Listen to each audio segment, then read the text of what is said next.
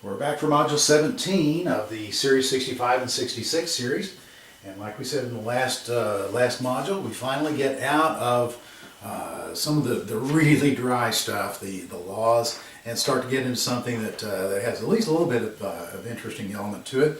So let's go ahead and look at investment vehicles. Now, the thing about investment vehicles is way back when they first introduced the Series 66, that of course is available only for folks who have taken the Series 7. And so what they did was that they took the investment vehicles out of the old 65, okay, and then they wound up with a 66. Time passed, somebody said, hey, wait a minute, what are we letting these people slide for? And so now the 66 has questions on investment vehicles as well. So, and really, they're probably worse questions because they're more legally worded questions than the ones on the 7. So we need to go over it, and don't let your guard down when it comes to investment vehicles if you've taken the Series 7, because it's like I say, you're going to see questions on them. And that's why we do the classes combined now, is because it's just a little bit different focus. But like we said last time, every question is very important. So let's go ahead and look at these things. Common stock, the basic form of corporate ownership. We have certain rights that common shareholders have. Like for instance, we have a right to residual assets upon liquidation. Residual comes from the same word residue. Okay, that's the gooey stuff in the bottom of the barrel. And basically what happens is that these corporations take their barrel and they fill them up with assets, but a lot of those are spoken for because they're current liabilities, the bills. There are long-term liabilities, the debt. Okay? There are certain shareholders, stockholders that have preference or a preferential position, so those are paid off. And then whatever's left over, that's the residue. That's the whole idea behind investing in a corporation, is build up that sticky, gooey stuff in the bottom of the barrel. And in case something goes wrong, then common shareholders are entitled to their pro rata share. Usually if something goes wrong, though, all the gooey stuff in the bottom is gone. We have voting rights to vote on major corporate events and also the board of directors. You don't get into the cumulative voting or statutory voting that you do on a Series 6 or Series 7. So with just the voting rights, and then preemptive rights is another right that common shareholders have. That's to keep from being their interest from being diluted down if the company issues more stock. We can keep that pro rata share of ownership, proportionate ownership. If I own 7% of the company, then I can subscribe to enough stock to keep my 7%. That's a preemptive right. Before we bring on new stockholders from the general public, I have the right to buy that stock with a rights offering. Now, valuation methods. This is one place where we want to look, because this is one of the things that kind of starts to get into that lapland between the actual vehicles themselves and what we'll do as investment advisors and investment advisor representatives. So we have fundamental analysis, and when you see fundamental analysis, I want you to think about business considerations, all right? Everything that's in the annual report, everything that goes on in a conference room, that's all stuff that's going to fall under the big umbrella of fundamental analysis. And so let's just look at these and see what we're talking about. The price-earnings ratio. Well, we're talking about, in the board meeting, how can we increase earnings? The annual report talks about our earnings, and all we do is just to look at the price compared to that, but it starts with those earnings. That's stuff that we do as part of our business. The earnings growth. How can we get year over year, quarter over quarter earnings growth? Dividend discounting model is one of the terms that you may see. This is where we say, look, a dividend has value to an investor. And so over the course of time, they're going to be getting this many dividends. Well, let's take that stream of dividends and discount it back at a certain interest rate, and how much is that stock worth? How much will it produce? That's a good way of valuing a common stock. Asset valuation. You'll see this a lot with regard to financial companies, especially, and like oil companies a lot of times. Asset valuations, or natural resource companies. The price to book value ratio. is one of the terms that you'll see is associated with that. Way back when there was just a frenzy of takeover activity in oil stocks, the expression was, we're drilling for oil on Wall Street. The reason they did was that the actual value of reserves was like this, and the value of the stock was like that. It was cheaper to buy the stock in order to buy the reserves. Or cost of finding it was way the heck on up there. Okay, so that's that asset valuation. You can see that. Sector rotation is another thing that you may see, because different sectors, pharmaceuticals will be in favor one time. Consumer durables will then roll into favor as pharmaceuticals maybe drop a little bit by the wayside. Utilities then may come around, or consumer cyclicals may roll into favor. So like I say, which sector is rolling into favor at the time, expected to do more, you're going to have a higher valuation with an in favor sector than you do with one that's out of favor. Contrarian investing would say you buy the ones that are out of favor. Tough to do sometimes, but that's what you'll see with that is contrarian. Top down and bottom up. Basically what we do is that with regard to top down valuation, we say, all right, what's the big picture going to look like? The economy. And then in the economy, what groups are going to prosper? And of the groups that are going to prosper, which of those companies then would be the best selection? So we're starting with the big picture, top view, and going down. All right. Bottom up, what we're saying is, let's look for companies that have certain characteristics, that have growth patterns, that have dividend increase patterns, that have dynamic marketplaces, what have you, well managed. And then of those, let's start getting more and more selective as we go up, until finally we have a balance on our portfolio that we're looking for. So top down and bottom up are different valuation methods using fundamental analysis. Now, technical analysis, all right, here's one of the ways that I remember about technical analysis. What we said about fundamental analysis was that everything there starts in the boardroom or in the research lab, in the sales meeting. It's reflected on the annual report, in news releases. But the thing is, with technical analysis, you want to look for timing or trading considerations. So fundamental analysis is much more long-term. Technical analysis is more short-term. Everything that you see with regard to technical analysis, you'll find in the marketplace. Not in the boardroom, but in the marketplace. All right? Let's look at these and see what we've got going, okay? First of all, we're going to be looking at charts and graphs. Charts and graphs of what? Of a stock or a group's action in the marketplace. An index, its action in the marketplace. Volume trends. Where do we find the volume? It comes out of the marketplace. Increasing volume is a good thing. It's a bullish sign, assuming that the stock is going up. Okay, whatever. If you've got increasing volume, then that trend is being confirmed. Advanced decline ratios for market breadth. How broad was that advance? I'm amazed by NBA players who can go up and dunk the basketball, and basically, they start their jump, and then they, read a book, tweet to their friends, something like that, and then, oh, here comes the basket, and then do like that. I've got like a 4-inch vertical leap, okay, and that's on a good day.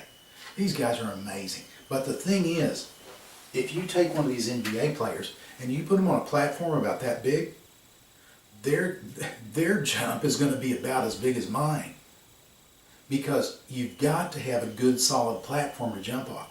If you have a big broad advance where there are a lot more advancing issues than there are declining issues, then that's a much more reliable advance than if you have this many that advance and that many that decline. Oh man, that's just almost a push. So you need that broad advance, market breadth. The advance to decline ratio is where you measure that. And where do you see whether they advanced or declined? In the marketplace. Let's see, the odd lot ratios. Oh, there's that word. It's a contrary indicator. Odd lot ratios, okay, it's generally observed that folks who buy odd lots of stock, they say, man, this stock has gone up forever. Maybe I better get myself some. Operative term, has gone up. Okay? They'll usually buy at the end of the uptrend. Or, man, this thing's gone down so far, I just can't stand anymore, so I'm going to sell it. Sell my odd lot. They despair at the bottoms. So that's a contrary indicator. You do opposite of what they're doing. Where do you find out what they're doing? You look in the marketplace. See where, like I say, technical analysis all comes from the marketplace. Short interest figures. I stole this line from somebody, I can't remember who, but basically that's where I borrow something and sell it in the hopes that it'll go down.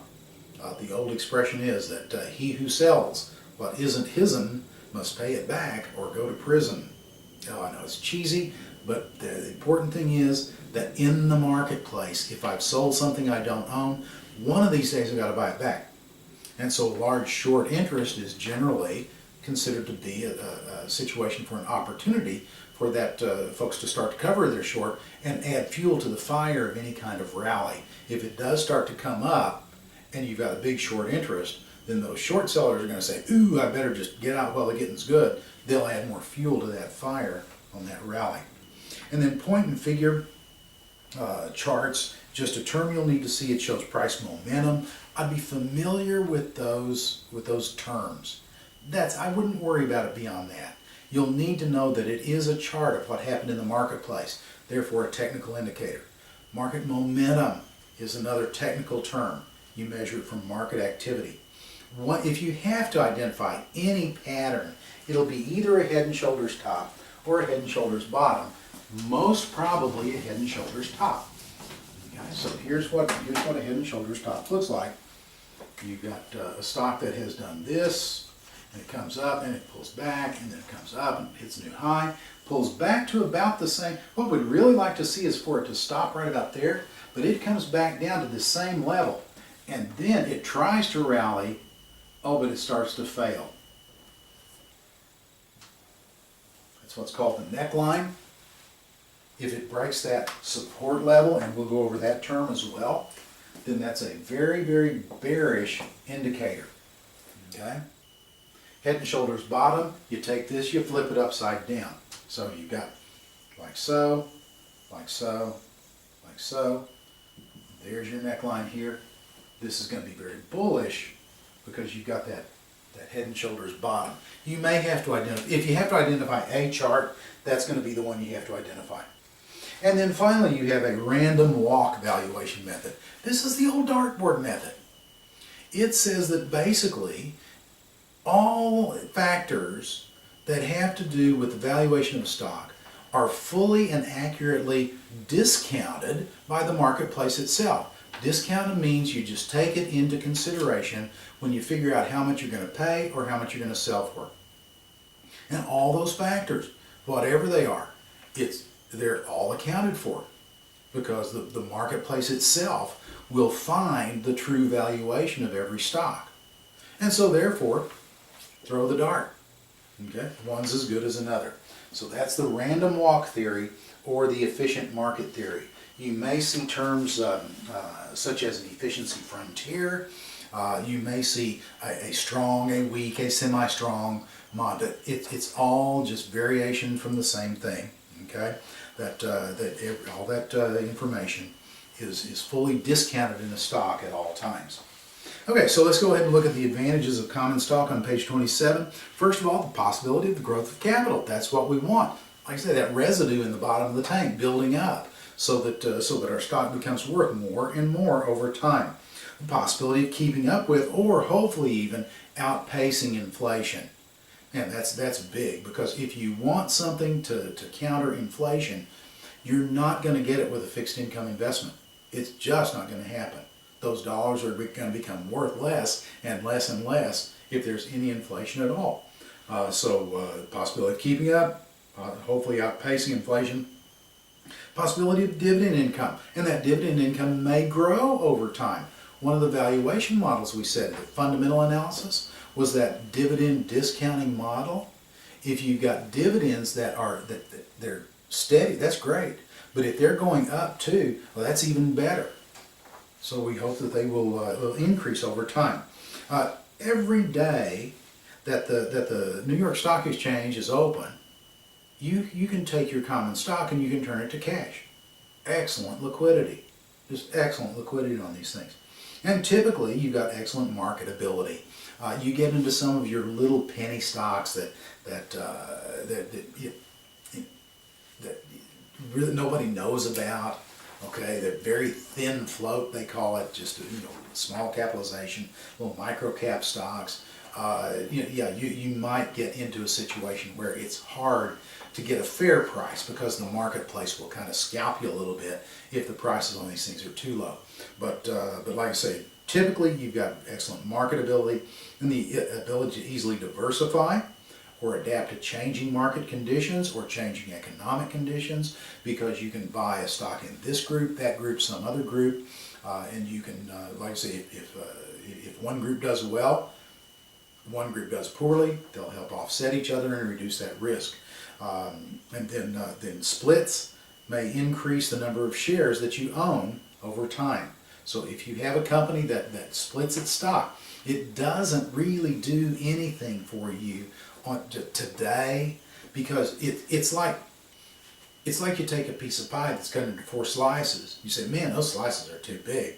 And besides that, we have 8 people. Well, let's slice the pie into 8 slices. It's the same pie. Okay? It's just that now you have more shares than you did before. And so if you get, let's say, a nickel increase in the dividend on your 100 shares, okay, that's fine. But you get it on 200, then next year they stick with the nickel increase in dividend. Well, all of a sudden that's equal to a dime on your original shares. So like I say, splits are somewhat psychological as well, but you wind up with more stock that gives you a little bit more leverage on your investment. Disadvantages of common stock: you risk losing it all. Just ask folks who bought Enron. Okay? Yeah, it can go to nothing, and it can do it in a hurry. There's no guarantee of dividends. None at all. IBM, they had a history of paying dividends and increasing their dividends just like clockwork. I mean, you could set your watch by it. And then the 80s hit, and the technological world just went upside down, sideways, and all over the place. IBM found that they needed to really reconsider things they were doing, to retool themselves, redirect their business, and they cut their dividend. IBM. Now eventually, yeah, they came back, and what happened? People said, "Oh, we like what you're doing. Let's see, what's that? That's the strategic direction the company's taking in the boardroom, right?" And so that's a fundamental factor. And IBM started gradually increasing their dividend. They said, "Oh, you must be having enough cash."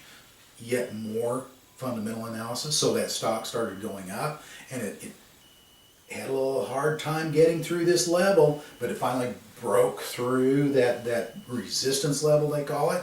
Technical analysis, because it did that in the marketplace. And then they did so well, institutions started to, yeah, come on, we need more IBM. And the next thing you know, they're splitting. Okay, so you have more shares than you did before. So like I say, all these things come into play. They all wrap up together. So in any event, let's see, disadvantages though. What we say? We said the risk of losing all the capital, no guarantee of dividends, volatility, because what goes up does come down, and there are certain stocks that they're just all over the board. Okay, and what makes you think that stock is going to respect your need for cash? It doesn't. It's going to do what the market drives it to do, and if the market drives it down on the day that you need cash, I'm sorry, that's life. So that volatility can work 2 ways. And then relatively low income compared to other investments, because you have the possibility of that capital growth. People swap that out, and then possible dilution if there's additional stock that's issued or convertibles that are converted into common stock. Dilution just means watered down. Your percentage ownership of that business is watered down. Another term that you need to be familiar with is American Depository Receipts, or ADRs. ADRs are a very convenient way of buying, essentially, foreign stocks. I say essentially because it's not really the stock that you're buying. It's, well, let's read it backwards. It's a receipt for something that's on deposit so that Americans can trade these things. Okay? When I buy Sony, I don't really buy Sony, I buy Sony ADRs. Most convenient method for buying foreign stocks. It does offer diversification from the American economy because the American markets, they're not always the best performer. In fact, really, usually someplace else performs better. It's stock concerns, or excuse me, currency exchange risk is present in addition to all the basic risks that you have. Because even all factors being constant, how many dollars will that yen buy? If you have the wrong currency movements, then it could be that even though in Japan that stock's going up, in America, in the United States, it's going down because of the currency exchange risk that you have. That's an additional layer of risk on ADRs and foreign investments. Developed or emerging markets, developed, I just talked about a developed market. Japan is a very developed, mature market. Europe, very developed, mature market. You have higher risk and return profiles in emerging markets, but because what's going to happen? I mean, at one time, everybody thought that the Korean economy was the place to be, and it just kind of fizzled relative to what people were expecting. Okay? Now, not to say that it just went totally kaput, it just never really lived up to expectations. And so that emerging market, I could probably, you can go through and find out why, but why bother? It's an additional risk that you have with emerging markets. And then suitability concerns due to volatility, the relative illiquidity of those stocks, the expenses. A lot of times if you don't have ADRs and you've got to go out and find the local stocks, the indigenous stocks to that country, you're going to wind up spending more money in expenses. Sometimes there's lack of information. Sometimes there are political risks because, again, a lot of these countries don't have the stable political environment that we do. All those things are important. They're all risks that you need to take into account before you recommend a foreign security to someone. All right, so anyway, that is going to bring us to the end of this one. We've hit kind of a natural breaking point, so we'll see you in just a little bit, and we'll talk about preferred stocks.